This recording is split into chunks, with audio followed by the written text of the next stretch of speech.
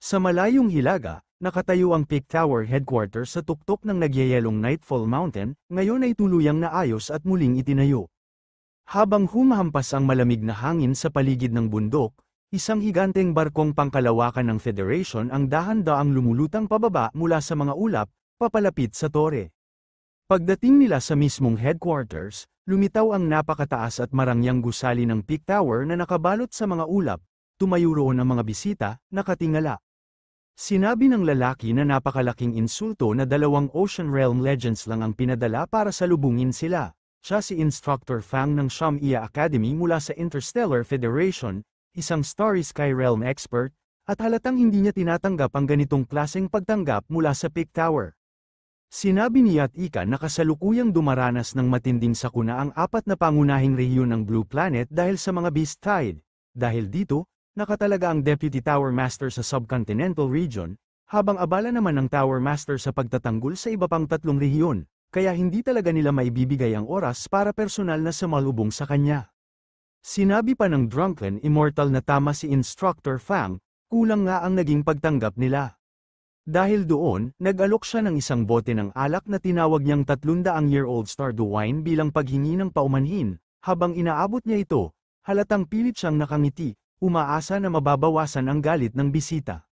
Sinabi ni Instructor Fang na kahit hindi maihahambing ang alak sa mga mayroon sa kanilang sariling mundo, para sa isang liblib at hindi gaanong maunlad na planetang tulad nito, maituturing na bihira at may halaga ang ganoong klase ng inumin. Pagkatapos, sinabi ni Yatika na dumating na lahat ng mga kandidato para sa pagpili ngayong session. Hinihintay na lang nila si Instructor Fang para piliin kung sino ang karapat-dapat. Kasabay nito, lumapit na si Instructor Fang at sinimulan niyang suriin ang mga kandidato ng diretsahan. Sinabi ni Instructor Fang habang tinitingnan ng unang babae, si Yuan, na nasa edad butong 18 ito, may cultivation level 9 sa early stage, at likas na may flame yang force, isang natural na fire type physic, ayon sa kanya, katamtaman ang talento nito at pasado lang sa minimum para makapasok. Pagkatapos, tumingin siya sa susunod na kandidato. Sinabi niya na ang lalaking ito ay may edad butong 20, nasa cultivation level 8 peak, at may frost chi, isa ring innate ice physic. Tinukoy niya na katanggap-tanggap ang kakayahan ng lalaki pero kailangan pang masuri ang tunay nitong potensyal. Sa kabila nito, sinabi ni Yatikan sa kanyang steward na huwag muna niyang tapusin ang sasabihin tungkol sa ibang kandidato dahil may mas mahalagang bagay silang dapat harapin. Sinabi ni Yatika na may mga iginagalang silang panauhin kaya dapat ay ipinatawag kaagad ang Vice Tower Master, ngunit sagot ng steward, may dinala siyang ulat, sinabi niya na ang Vice Tower Master at ang 3 kasamang malalakas na mandirigma ay napatay sa Longjing Bay City ng isang Void Cave level na halimaw. Nagulat si Yatikan at hindi makapaniwala sa narinig. Nabigla si Yatikan nang marinig ang ulat ng steward. Hindi siya makapaniwala nang sabihin sa kanya na napatay ang Vice Tower Master at ang 3 kasama nito ng isang halimaw mula sa Void Cave. Ipinaliwanag ng steward na bagaman malakas ang halimaw, napatay rin ito ni Su Ping kaya hindi na lumawak pa ang pinsala sa Longjing Bay City. Naupo sa pag-iisip si Yatikan habang inuulit sa sarili ang pangalan ni Spring, para sa kanya. Hindi maaaring mapatay ang Vice Tower Master ng isang ordinaryong Void Cave Beast dahil napakalakas nito. Dahil dito, nagsimula siyang magduda na may mas malalim at mas kaina-hinalang nangyari kaysa sa nakasaad sa ulat. Nang marinig ni Instructor Fang ang ulat tungkol sa pumatay sa halimaw, agad niyang tinanong kung gaano na ito katanda. Sumagot si Yatikan na ang mandirigmang yun ay 18 taong gulang pa lamang. Nagulat si Instructor Fang nang marinig ang sagot, hindi niya akalaing sa murang edad ay kaya na nitong patumbahin ng isang Void Cave Realm Beast, dahil dito, sinabi niyang malaking potensyal ang taglay ng batang yun at tunay na kahanga-hanga ang talento nito. Lalong natuwa si Instructor Fang at nagningning ang mga mata niya sa sobrang interes at tuwa. Hindi na siya nag-aksaya ng oras at agad niyang sinabi na dapat makontak kaagad ang batang yun. Sinabi pa ni Instructor Fang na dapat siyang ipatawag para sa isang panayam, halatang sabik siyang makilala ang kabataang may pambihirang talento. Pagbalik ni Spring sa tindahan, agad siyang sinalubong ni Uncle Chin, masaya nitong sinabi na sa wakas ay nakabalik na siya at tinanong kung kumusta ang naging sitwasyon sa Longjing. Maikli lang ang sagot ni Spring, sinabing nalutas na ang problema. Agad namang lumapit si Uncle Chin na halatang nagmamadali, Tinanong ni Spring kung bakit siya nagkukumahog at kung may nangyari ba sa Longjiang Bay City. Sagot ni Uncle Chin, may masamang balita at may magandang balita. Sinabi ni Spring na magsimula sila sa masamang balita. Ipinaliwanag ni Uncle Chin sa ating bida na pagkatapos nitong umalis, ilang kalapit na Bay City kung saan may mga sangay ang kanilang shop ang inatake ng mga alon ng halimaw. Buti na lang, may ilang legendary pet masters na dumaan doon at agad na tumulong para paatrasin ang mga halimaw. Pagkatapos, sinabi pa ni Uncle Chin na yung mga legendary na yun ay nasa shop ngayon at hinihintay ang pagdating ng ating bida. Nagulat si Spring at nagtanong kung paano naging masama ang balitang yun, dahil good news naman, kaya tinanong niya, gaano kaganda yung good news na sinasabi nito. Sinabi ni Uncle Chin na ang mabuting balita ay ito, ipinaalam daw ng Peak Tower na may isang prestihiyosong top-tier academy mula sa Interstellar Federation na dumating sa Blue Planet para kumuha ng mga estudyante. Nabanggit pa ni Uncle Chin na nagustuhan ng academy ang galing at kakayahan ng ating bida, at partikular nilang hiningi na makausap siya para sa isang interview. Nagtanong ang ating bida kung bakit biglang may academy mula sa Federation na pumunta sa Blue Planet, lalo na't ang planeta nila ay itinuturing na isang inabandona at liblib na lugar. Gusto rin niyang malaman kung gaano kalakas ang mga tao mula sa academy at kung may mga Fate Realm powerhouse ba sa kanila. Sagot ni Uncle Chin, ang dumating na paaralan ay ang Shamia Academy, isa sa pinakamataas na uri ng academy sa buong Federation. Dagdag pa niya, ang mga guro na kasama sa pangangalap ng estudyante ay lahat hindi bababa sa Fate Realm ang lakas. Nagulat ang ating bida nang marinig niyang mayroon palang isang instruktor mula sa Shamia Academy na mas mataas pa ang cultivation kaysa sa Tower Master, isang makapangyarihang nilalang sa Starry Sky Realm. Hindi niya inaasahan na may ganoong kalakas na tao na dadating sa Blue Planet. Habang umaandar ang isip niya, naisip niyang malaking tulong ang mga master ng Federation para maresolba ang beast disaster na dulot ng 10-direction Locking Heaven Array, tamang-tama ang pagdating nila sa kritikal na panahon. Kaya agad niyang sinabi kay Uncle Chin na tulungan siyang makipag-ugnayan sa instruktor, gusto niya itong personal na makita. Nakausap na ni Spring si Instructor Fang sa pamamagitan ng hologram. Tinanong agad ni Instructor Fang kung siya ba ang nakapatay ng Fierce Beast mula sa Void Cave Realm sa Longjing City. Kinumpirma naman ito ni Spring na oo, napahanga si Instructor Fang sa talento niya. Sinabi nitong napakagaling ng kakayahan niya at inalok siya na sumali sa Shamia Academy. Kapag pumayag siya, malaya siyang pumili ng mga cultivation resources na kailangan niya, at personal siyang gagabayan ni Instructor Fang hanggang maabot niya ang Starry Sky Realm. Sinabi ni Spring na dahil napakalakas ng Interstellar Federation, humihingi siya ng tulong para sa Blue Planet. Ipinaliwanag niyang kasalukuyang binabaha ng mga halimaw ang buong mundo at napakaraming tao ang namamatay, kaya nakiusap siya kung maaari bang tumulong si Instructor Fang para mailigtas ang Blue Planet.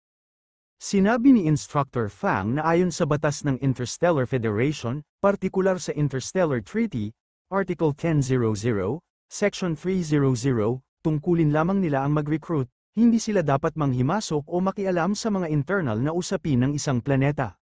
Samantala, sagot naman ni Spring na hindi niya iniintindi ang mga batas o patakaran, nakiusap siya kung hindi ba talaga pwedeng tumulong si Instructor Fang para mailigtas ang Blue Planet. Sinabi pa ni Instructor Fang na base sa Interstellar Treaty ng Federation, Artikulo 1000 Seksyon 300, ang tungkulin nila pagdating sa Blue Planet ay pagre-recruit lamang ng mga talento, hindi sila pwedeng makialam sa panloob na problema o kaguluhan ng isang planeta. Sumagot si Spring na maraming tao sa Blue Planet ang naghihirap at namamatay dahil sa Beast Tide. Tinanong niya kung wala ba silang pakialam kahit kaunti man lang, dagdag pa niya na isang atake lang mula sa isang Star Realm expert ay kaya nang tapusin agad ang Beast Tide. Dagdag pa ni Instructor Fang, malinaw niyang sinabi na ayon sa batas ng Federation, hindi sila pwedeng makialam sa anumang panloob na problema ng isang planeta, ang tanging tungkulin nila ay mag-recruit ng mga talento, at doon nagtatapos ang saklaw ng kanilang responsibilidad. Dahil dito, nagalit si Spring, sinigawan niya si Instructor Fang at tinawag niya itong walang silbi. Galit na galit niyang sinabi na puro batas at recruitment lang ang sinasabi nito habang namamatay ang mga tao sa Blue Planet. Tinuwid niya pa ang daliri sa hologram ni Instructor Fang at sinabi na wala siyang balak sumali sa isang akademiyang walang kwenta at pinamumunuan ng isang walang kwentang instruktor. Galit na sinigawan ni Spring si Instructor Fang, sinabi niyang kung iniimbitahan siya nito, mas mabuti pang pumunta na lang ito sa impyerno, Tinawag pa niyang walang kwenta ang instruktor at walang kwentang akademya, pati aso raw ay hindi tatanggap ng imbitasyon mula sa kanila. Nagulat si Tang Rylan at ang kasama niyang elder habang nakasilip sila sa pinto, hindi sila makapaniwala sa ginawa ni Spring, namilog ang mata nila at napabuntong hinga sa kaba. Hindi nila inasahang may maglalakas loob na insultuhan ng harapan ng isang Starry Sky Realm powerhouse. Habang nakatitig sila, napagtanto nila kung gaano kataas ang antas ng kapangyarihan ng isang Starry Sky Realm, yun ang realm na nasa itaas pa ng Legendary Realm, matapos maabot ang Heavenly Fate Realm, sa ganitong antas, kaya niyang wasakin ang isang buong A-rank base city sa isang pitik lang ng kamay. Dahil doon, nag-alala sina Tang Rylan at ang Elder, kung magalit ang isang taong ganito kalakas, para na rin silang napaligiran ng apat na hari ng digmaan, nanginginig sila sa kaba habang minamasdan si Spring na walang takot na inaaway ang isang napakalakas na nilalang. Nagtaka si Instructor Fang nang biglang lumiwanag ang Peak Tower sa harapan nila, hindi niya maintindihan kung ano ang ibig sabihin nito, napakunot ang noo niya habang nakatingin sa nagliliwanag na simbolo. Samantala, ang Drunken Immortal ay agad na nabahala at nagulat, bigla niyang nasabi na si Spring ang posibleng dahilan ng nangyayaring reaksyon ng Peak Tower, hindi rin niya maunawaan kung bakit biglang kumilos ang tore ng ganoon. Si Instructor Fang naman ay napapangiti ng bahagya pero halatang hindi mapalagay, hindi niya inaasahan na may magpapagalaw ng Peak Tower sa ganitong sitwasyon, lalo na mula sa isang taong katulad ni Spring. Nagulantang si Yat Ikan at ang Drunken Immortal nang malaman nilang ibinabalang ni Spring ang tawag habang nagsasalita pa si Instructor Fang. Halos hindi sila makapaniwala, paano niya nagawang putulin ang usapan ng isang taong kagalang-galang at makapangyarihan. Nagmamakaawa si Yat Ikan kay Instructor Fang, nanginginig siya habang nakataas ang mga kamay. Halos pawisan sa kaba, humingi siya ng tawad at sinabi niyang pakiusap, patawarin na lang si Su Ping, idinagdag pa niya na malamang naapektuhan lang ang signal dahil sa malakas na beast tide, kaya siguro biglang naputol ang tawag ng hindi sinasadya. Pero hindi kumbinsido si Instructor Fang, napasimangot siya at malamig na sinabi na ang mga planetang katulad nila ay mananatiling atrasado, hindi raw marunong pahalagahan ng mga tag-aron ang napakalaking oportunidad na ibinibigay sa kanila. Pagkatapos noon, tinalikuran niya ang usapan, sinabi niyang wala nang saysay pang pag-usapan pa yun, tinawag niya ang mga kandidatong pinili niya kanina at inutusan silang sumama sa kanya papunta sa barko. Habang lumalayo ang spaceship ni Instructor Fang, tumayo si Yuan sa tabi ng malaking bintana ng barko, nakatingin siya pababa sa Blue Star, halos nakadikit ang palad niya sa salamin. Mahina pero matatag niyang sinabi sa kanyang lolo na aalis na siya para makita ang mas malawak na mundo at mas malaking entablado kung saan niya masusubok ang sarili niya.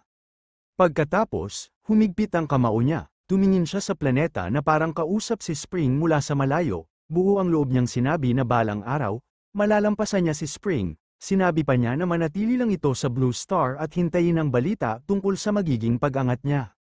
Sa isip niya, ito na ang simula para patunayan na hindi siya mananatiling maliit sa isang maliit na planeta, siya mismo ang gagawa ng pangalan niya sa mas malaking mundo. Bumalik sa ating bida, pinatay na ni Uncle Chin ang tawag sa kabilang linya. Kasabay nito, biglang lumapit ang matandang elder mula sa likuran, hinawakan niya ang balikat ni Spring. Ngunit sa sandaling yun, biglang nakatanggap ng isang ulat ang elder, ang buong Northern Europe region ay tuluyang nabura. Nagulat naman dito ang ating bida, at nagtanong kung ano nga raw ang nangyari. Sinabi ng elder na kumpirmado na ang impormasyon, ipinakita sa kanila ang nakakatakot na tanawin ng Northern Europe kung saan nagkalat ang mga dambuhalang halimaw, ayon sa ulat, 1 bilyong tao ang naroon at lahat sila ay nalunod sa pag-atake ng mga halimaw, wala nang natira. Lahat ay nilamon at pinatay ng mga ito. Sinabi ng ating bida kay Uncle Chin na narinig niyang ang Northern Europe ay pinatibay mismo ng Tower Master, pero bumagsak pa rin, dahil doon, mas malinaw na ang susunod na wave ng mga halimaw ay magiging mas mabangis. Dagdag pa niya, kung hindi nila patitibayin ang depensa ng kanilang mga base city, pareho lang ang magiging kapalaran nila. Sumagot si Uncle Chin na agad niyang ipapaalam sa lahat ng pangunahing pamilya para palakasin nila ang kanilang depensa. Habang naglalakad, inisip ng bida na dati, bihirang lumabas ang King Beast sa mga Beast Tide. Pero simula nang mabasag ang 10-direction Locking Heaven Array, bawat wave ngayon ay may kasamang ilang King Beasts. Samantalang ang mga tao nila ay hanggang titled rank lang, may 9th rank combat power, sobrang laki ng agwat ng lakas, kaya napakalaki ng panganib na kinakaharap nila. Pagdating ni Spring, diretsong lumapit siya kay Georgiana at kinausap ito. Tinanong niya kung may paraan ba para matulungan ang mga titled rank na maka-breakthrough. Kalma at diretso ang sagot ni Georgiana. Ipinaliwanag niyang ang legend rank na tinatawag nila ay hindi naman talaga mataas na realm, para sa kanya.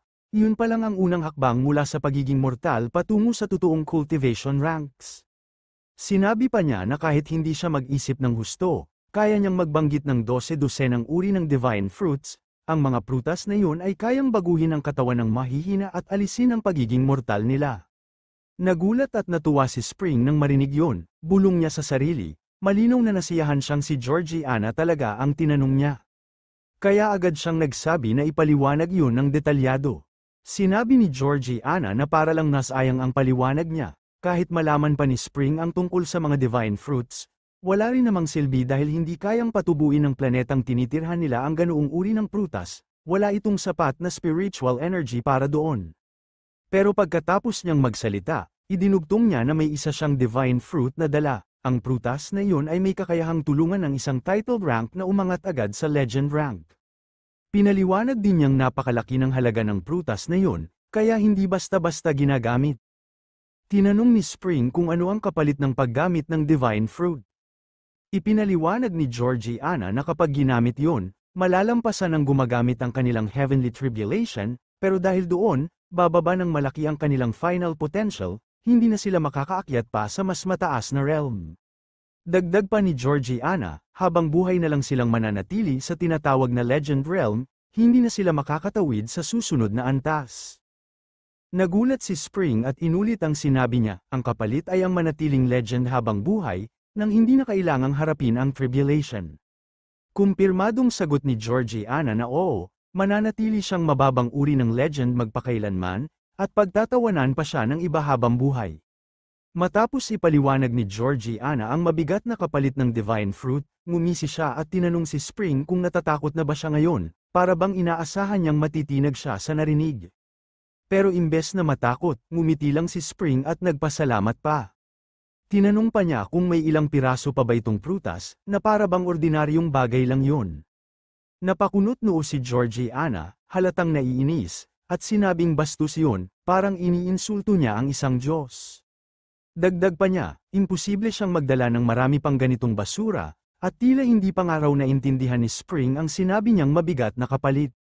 Sinabi ng ating bida na ang tinatawag nilang kalat ay isang antas na hindi kayang abutin ng karamihan kahit ilang buhay pa ang lumipas, para sa kanya.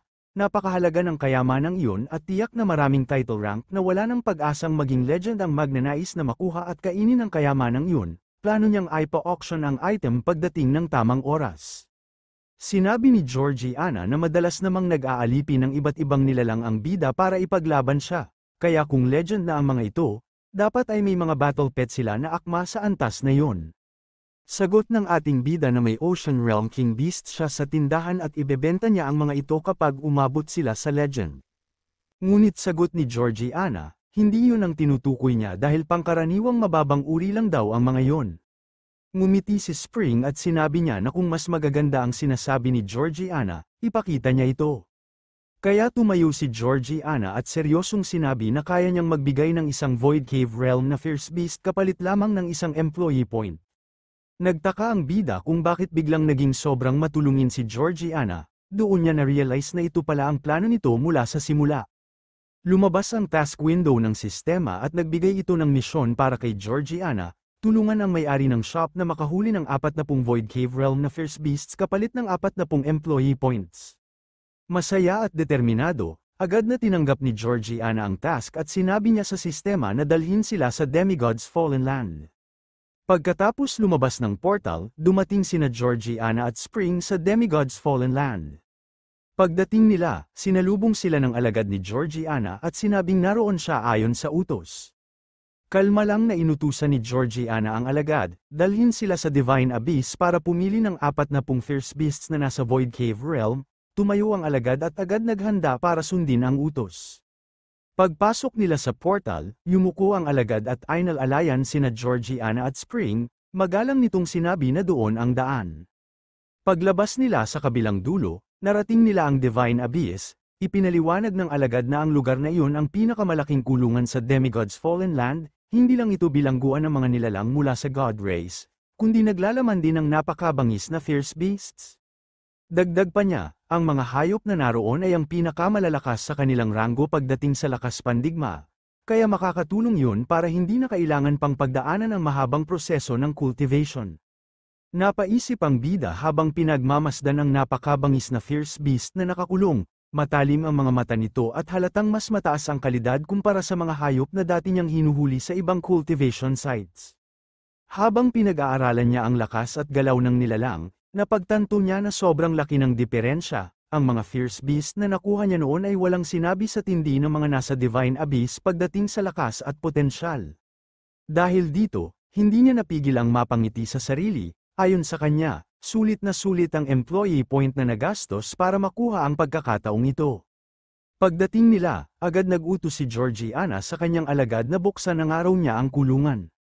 Tumugon naman ang alagad niya nang may paggalang at agad sinunod ang utos. Umangat ang kanyang kamay at bumuga ng gintong liwanag na kumalat pababa, para bang nagbubukas ng isang malawak na selyo o kulungan.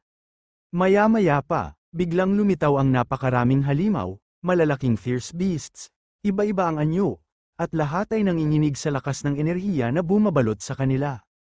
Habang naglalabasan ang mga nilalang, sinabi ng alagad na pakitingnan nito, ipinapakita nila kay Spring ang napakalakas na koleksyon ng mga fierce beast na nakaimbak sa lugar na yun.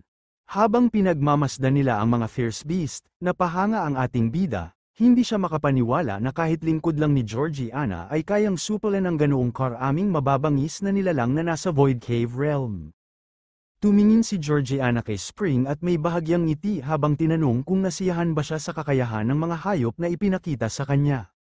Tumango si Spring at ngumiti, halatang kontento sa nakita niya, ayon sa kanya, sapat na ang mga ito at pasok sa hinahanap niya.